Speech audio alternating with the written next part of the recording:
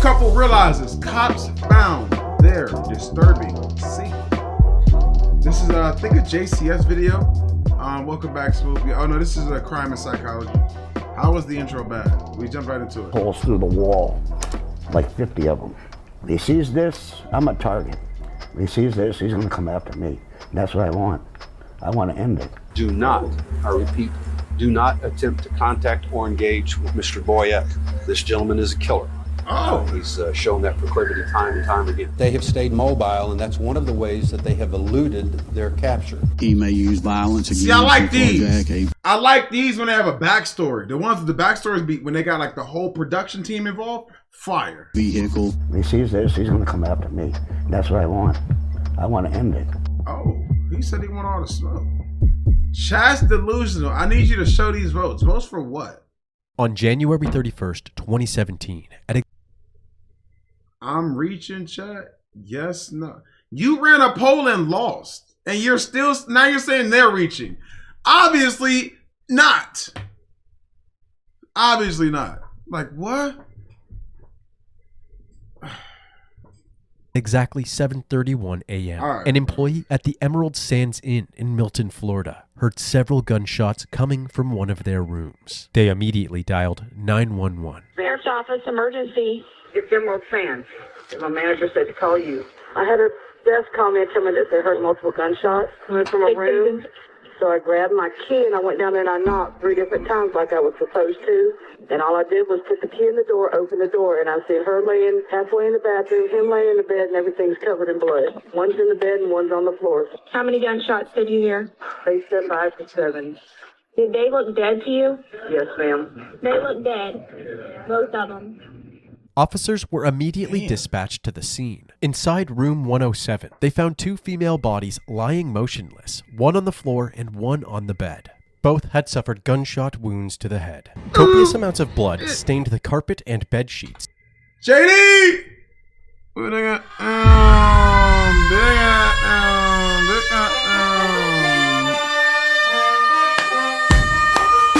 Appreciate that, gang. I appreciate that. What was that game you was playing? I'm 1 of 7. That's the 7. There you go. What game? What was that game you was playing? Because Swerve, you're trying to like make something out of nothing. So y'all want me to just be disrespectful? Okay, diaper, but I'm. So y'all want me to just be disrespectful and talk shit for every day, all day against just everybody. All right, bet. Okay. And scattered around the room were several .38 caliber Wizard shell 101. casings. That was? And that's my point. So the one time I say something nice, you just like, oh, you're going soft. What? The 2 women were identified. Swervo crashing out for no reason. So if I ever be like, oh yeah, you right. Y'all be like, nigga going soft. He's soft. Identified as 31-year-old mother of 3, Alicia Greer, and 38-year-old Jacqueline Moore. Those who were staying at the Emerald Sands Inn were questioned by police about the incident. Just before gunshots were heard, a man driving a black Ford Edge SUV had been seen exiting his vehicle and entering the victim's room. What's good, this Ice? man was 44. Like, for example, I be nice to Maya all the time.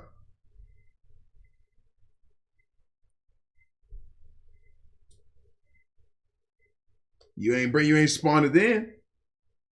You are dragging it, yes. 4-year-old Billy Boyette Jr. You ran a whole poll for it.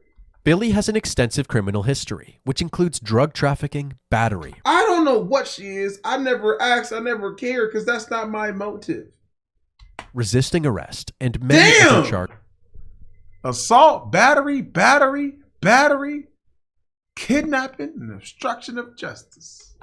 He had recently been released from prison, but there was a pending warrant for his arrest. It turns out that Billy Boyette was Alicia's abusive boyfriend and had assaulted Alicia after accusing her of stealing his drugs and money. She was hospitalized due to her injuries, and 10 days before her murder, she filed multiple charges against Billy. Fearing for her life, she initially hid at her mother's house before seeking refuge at the Emerald Sands Inn with her friend Jacqueline. With this new information, police had their first suspect, and a search for Billy Boyette began. Deputies are looking for William Boyette Jr., a person of interest in the case. He's considered armed and dangerous. 2 days later, on February 2nd, 2017, police received a tip that a black Ford Edge SUV was spotted at a Walmart in Crestview, Florida, 30 miles from the Emerald Sands Inn. Police quickly gained access to the parking lot surveillance footage. A passenger is seen exiting the vehicle and entering the Walmart. Inside the store, the passenger was recorded pacing the aisles before eventually purchasing some camping supplies and over 100 rounds of .38 caliber ammunition. Damn. Detectives were able to identify this person as 37-year-old Mary Rice, who was reported missing just days earlier. Mary then exits the Walmart and re-enters the SUV. Concerned that she could be Billy's next victim, the police pressed on with their search. The next day, on February 3rd, 2017, the detectives were called to another crime scene just over state lines in Lillian, Alabama. While returning home from her night shift at 7:15 a.m., 52-year-old Peggy Brose had been shot in the face right in her front yard. The bullet shell at the scene indicated that she had been shot with a .38 caliber firearm, the same caliber used in the shooting of Alicia and Jacqueline. Her keys and vehicle, a white Chrysler Concorde, were missing. Yo, this nigga is... Oh my God. According to witnesses, they saw a man fleeing the scene in Peggy's car, directly followed by a woman driving a black SUV. Police later discovered surveillance footage of these vehicles driving away from Peggy's residence. If Mary was the one driving the SUV, why would she keep following Billy? Investigators now wondered if Mary was an accomplice. Authorities ramped up their search efforts by coordinating a massive multi-state manhunt involving law enforcement agencies from Florida, Alabama, and Georgia. This seemed to pay off as the black SUV was quickly located in a grocery store parking lot back in Florida. The police obtained footage from this parking lot's surveillance camera, and the two vehicles can be seen pulling in shortly after Peggy's death. Billy exits the white Chrysler and Mary exits the black SUV. The two then transfer items from the SUV to the Chrysler before driving off, heading east into Pensacola, Florida, with a murder spree unfolding and Billy still at large. So they just left the car? What? Huh? Authorities decided to speak to the media to warn the public. Practice some common sense. When you go to work, when you come home, make sure No, they both got into one car. a friend or family member knows where you are, what your expected time of arrival is. Again, these may seem like measures in the extreme, but we're dealing with an extreme situation here. The Escambia County Sheriff's Office offered a reward of $21,000 for any information leading to the arrest of Billy Boyette, and made it clear that he was armed and extremely dangerous. As the search continued, investigators wondered how Billy and Mary were connected. While Billy was staying at the same prison as Mary's brother, the two crossed paths during a visitation. They quickly became pen pals and continued communicating following his release in 2016. They both do look slow. Police obtained a search warrant for Mary's cell phone records and discovered messages between the two the day before Alicia and Jacqueline were killed. At 8:43 a.m., Mary said, "I don't want to have to take a whole bunch of people's lives." 13 hours later, at 9. All right, my squishable friend. Catch you next stream. Folded hands, medium dark skin tone kangaroo. I'm not squishable. 47 p.m. Okay. Billy responded, saying, "Mary, I'm taking care of some things I had to be taken care of. Sorry to alarm, but that's what I do." After discovering these messages, Mary officially became a suspect as an accomplice in the murders. On February 4th, 2017, a man contacted the authorities to report Peggy's white Chrysler. Yo, Swerve is just turning into my biggest hater of all time. No matter what happens, this nigga is... You know, I realized that even on the last time we played 2K, Swerve bet against me every time the last 7 times. It's all because I can cook better than him. That's it. He's just mad because I can cook better than him. And that's okay, bro. You don't got to be upset. I cook better than a lot of people. And it's fine. Just chill. Chrysler abandoned in a field in Florida. Okay. I found the car that You didn't win to no the points murder then. from yesterday. Is there anybody in it or is it just abandoned? I don't know. Trees are covering the whole car except for the back side and the tag. I got close enough to see the tag, and that's it. The vehicle was found in a Damn. hunting area, so there were cameras mounted on several nearby trees. Luckily, these cameras captured photos of Billy and Mary walking through the woods. Billy led the way with a gun in his hand, while Mary followed holding a white jug and several bags. But despite authorities consistently being right on their tails, Billy and Mary were always one step ahead. Over the next 2 days, the suspects were spotted at several locations where they bought food, drinks, more ammunition, and other miscellaneous items. But they were always gone by the time authorities showed up. During this time, Billy's brother, Brian DeWolf, spoke with the media about his brother's past. We had St. Bernards, and we raised them, and one of them kind of sidestepped into him, knocked him down. Now he's 4 years old, picked up a ball-peen hammer and knocks the dog out. Blamed my mother for not coming up with $25,000 for his legal expenses so he wouldn't have to go to jail. Everything is always somebody else's fault. Somebody made him do it. He's never admitted to doing nothing wrong. I know he going through something. The Seahawks profile picture, and everyone thought you was white. You know what's crazy, bro? But that is a long time ago, bro. That was back when we had like, they used to call them CCs. Madden custom cards. And we used to change it to team and get them customized. It's crazy. But welcome, man. God, that's a long fucking time. Jesus. That's back when I went back. That was my name used to be Victionary Gaming. Crazy. Crazy nostalgia. I didn't give you a black toast with Nutella on it. This nigga's beard, mustache, and sideburn combo is nasty. This is nasty, bro. I don't know what he thought he was doing with this. I'm gonna go shake my shit up right now. Cause this is bruh. You couldn't come out the house like this. Appreciate that, mama. I couldn't believe the last time he stabbed up the girl, and I figured he's gone. You know, the federal judge said, I'll see you in here again. You know You're gone what? for the rest of your life. I was done for the night. But to say I'm jealous of a nigger who meal preps food I wouldn't even serve to my dog is crazy. You think you move the needle, nigger? Huh? Huh? I'm not your biggest hater. Nigga, I came in this bitch sending elite meals and it went from you being a cool nigga to you eating mad dick to hate on my divine meals. Ho. You still my nigga toe and I'll slide to Vegas to slime any nigga out over you. But you do be on some drizzy shit. First of all, your dogs will love this. They couldn't get her because she was a criminal, and so they couldn't prosecute her. Even though they had the police there, crime scene photos of blood everywhere at my parents' house. Stab holes through the wall, like 50 of them. This man, he sees this, I'm a target. When he sees this, he's gonna come after me. And that's what I want. I want to end it. Soon after, on February 6th, 2017, at around 6:45 a.m., authorities received a call about another possible victim of Billy's, this time in Beulah, Florida. Do you know what happened to her? I don't know. Okay, so she's been hurt and her vehicle is also missing? Yes. The voice you just heard in this call belongs to the sister of 28-year-old Kayla Crocker. Kayla didn't show up to work that morning, and with the murder spree all over the news, yo, this nigga is diabolical.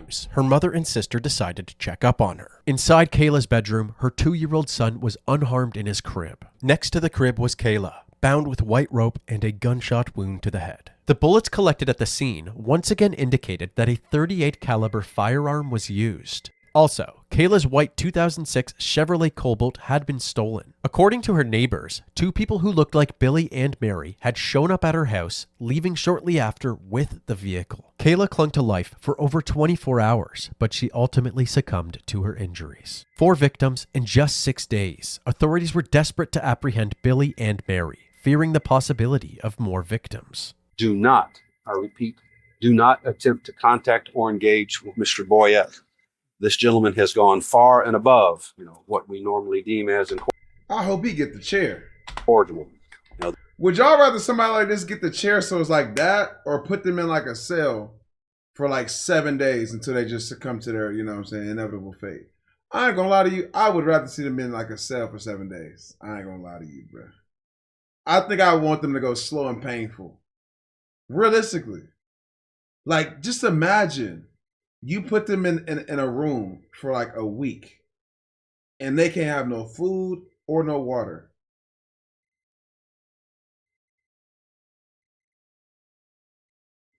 The chair is too fast.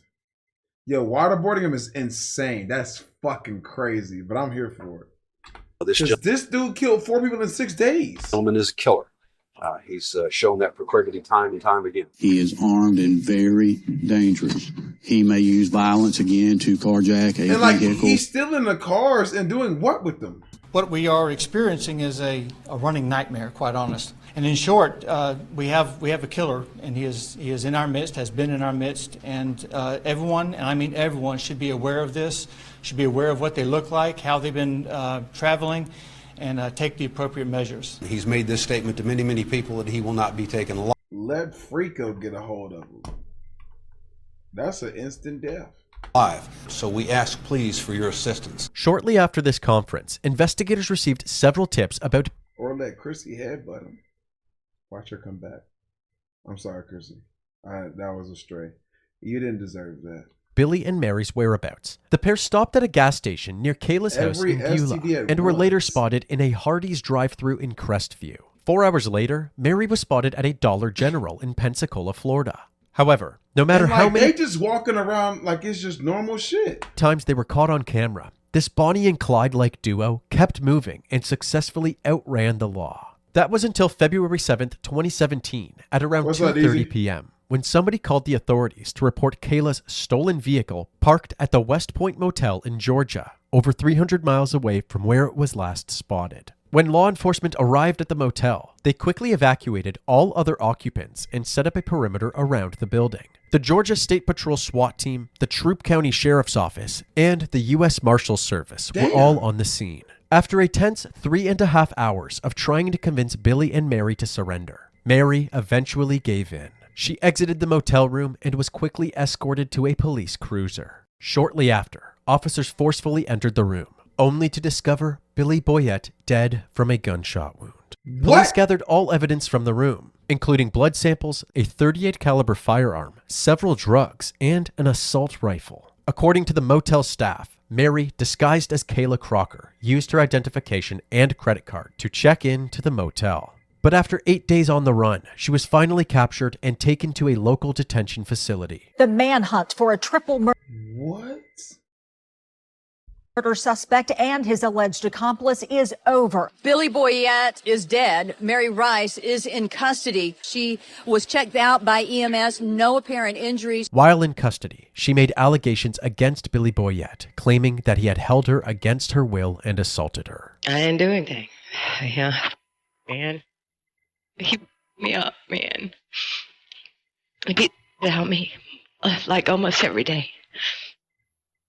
The day after her arrest, Mary was brought into the interrogation room for questioning. Keep in mind, Mary is It's no way to let her off of this shit. Unaware that the detectives have followed her movements using video surveillance. I mean, I didn't know what to do. I'm there in my house by myself, you know.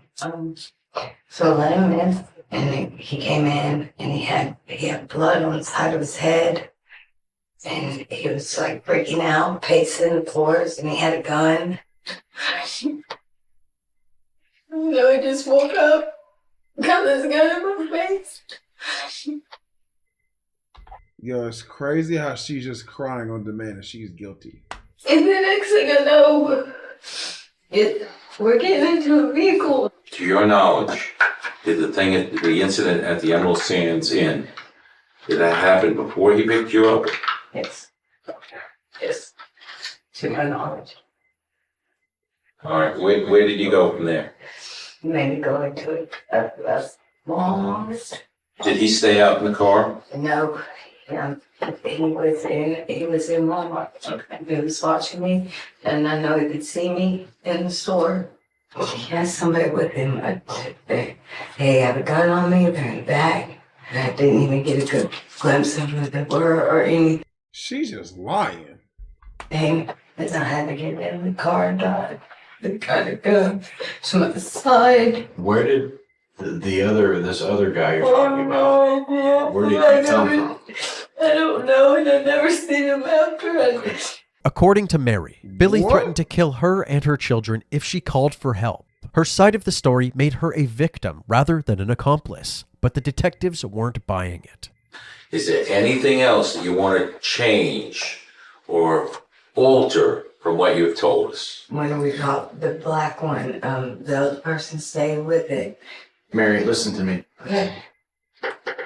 If I were to tell you that numerous people saw you and Billy following the person in the white car to her home, where the white car was taken. You were with them because you guys were seen together, okay? There wasn't a third person there. It was just you and Billy, right? Right. Okay. Why did you tell me that? Because I'm scared. Well, I understand you're scared. The truth makes more sense than the story. Yes, it does. You know what I mean? That's the truth. Okay. Okay. Well, thank And you. that's the only thing that I embellished on. Okay. Thank you for being honest. I'm scared. I know you are. After calling out a crack Lock in her Mary's up. story, they continued to apply pressure by asking her about the murders, Lock starting her up. with Peggy. So, Mary, just look at me and let's be honest with each other right now. No, somebody got hurt. Okay. What do you remember about that? Gunshot. You heard a gunshot. Yeah. Okay. Told him to fall on and gasped it. Which car were you driving? I had to drive the black one. He was in a white one. And you followed him, and that's when you pulled into a parking lot, you said? At first, he had me grab some stuff and throw it in there. That's when he hit me, and then he goes, no, never mind. And he grabs me and puts me in the white car. You walked into the car. It was like he'd have an ice belly, and then you'd have like Jekyll and Hyde, for real. Notice how Mary tells the detectives that everything she did was Billy's idea. Told him to fall on and gasped it.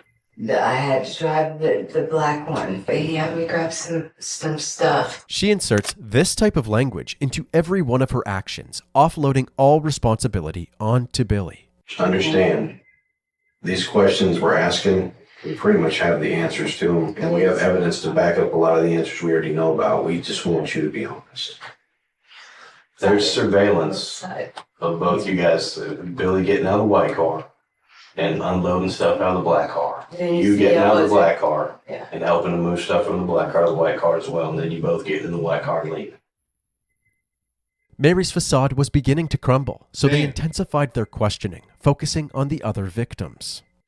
I want you to concentrate on that time that you guys got the last car. I heard a woman. I was not in there. I swear to God, I wasn't in there. I wasn't. Look, I'm telling you, I didn't witness any. I'm not here to judge you by any means, okay? We just want the truth from you. That's all we're looking to get from you. Okay? At one point, I actually went inside the house. Okay.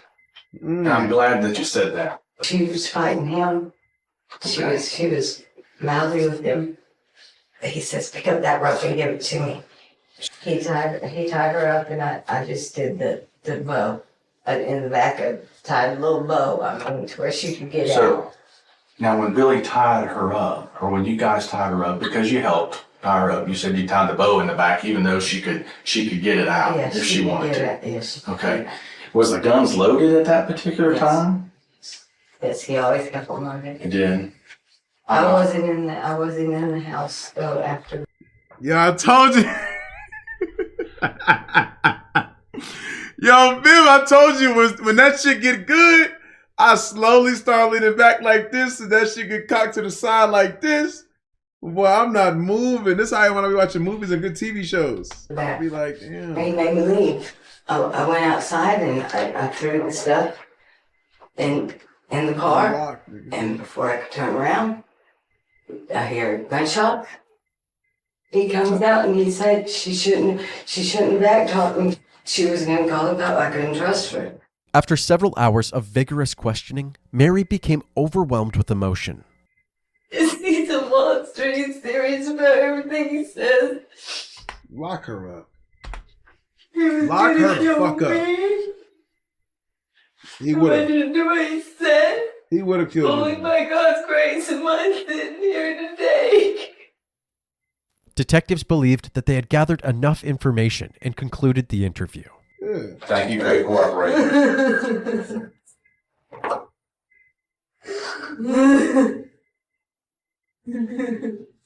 Following this interview, Mary faced multiple charges, including accessory after the fact for the murders of Alicia Greer and Jacqueline Moore, capital murder for Peggy Brose, and first-degree murder for Kayla Crocker. While in custody awaiting trial, Mary continued to profess her innocence. On September 28, 2018, her trial began. The defense portrayed her as a threatened woman forced to comply with Billy Boyette's demands. They highlighted her upstanding character and called several witnesses to testify to it, including her brother, Joseph. She'd always have a friend of hers over that needed a place to stay, or if they were on hard times, they'd crash or whatever. She was always helping somebody out. However, the prosecution showcased their collection of video evidence, which seemed to indicate Mary's willing participation in the killing spree. They also focused on the nature of Mary and Billy's relationship, highlighting a plethora of romantic letters and sexual messages exchanged by the two. Happy Thanksgiving, beautiful. I'm single, by the way. What's up? Can you handle a little pressure? I'm talking... Freaks! This is how Bibby and Freako talk to each other? About taking this... That's the pressure. I didn't know he was going to say that. Mary Rice replies, haha, I do need some. Maybe that's why I am ready to kill everyone. They told the jury that this evidence proved Mary was not in any apparent danger with Billy Boyette. The prosecution's evidence proved to be sufficient for a conviction, and Mary Rice was found guilty. We, the jury, find the defendant, Mary Rice, guilty of first-degree murder as charged in the indictment. Mary was handed down a life sentence without parole for the first-degree murder of Kayla Crocker. Yes. She also received an additional 30 years for being an accessory to the first-degree murders of Alicia Greer and Jacqueline Moore. Mary is currently serving... So how does that work? If they get life plus 30, where did that extra 30 kick in? Her life sentence at the Lowell Correctional Institution. However, the story doesn't end there. Mary Rice has not yet faced trial for the murder of Peggy Brose. The Baldwin County District Attorney's Office plans to prosecute her separately in Alabama. She will still be tried in Baldwin County for the murder of Peggy Brose. The big question is, when? Now, according to the information that the DA's office got from Florida, Mary Rice would have to serve 80% of her life sentence, or 30 years, before she could be extradited back to Alabama. It could be decades before Mary Rice ever sees an Alabama courtroom. Damn.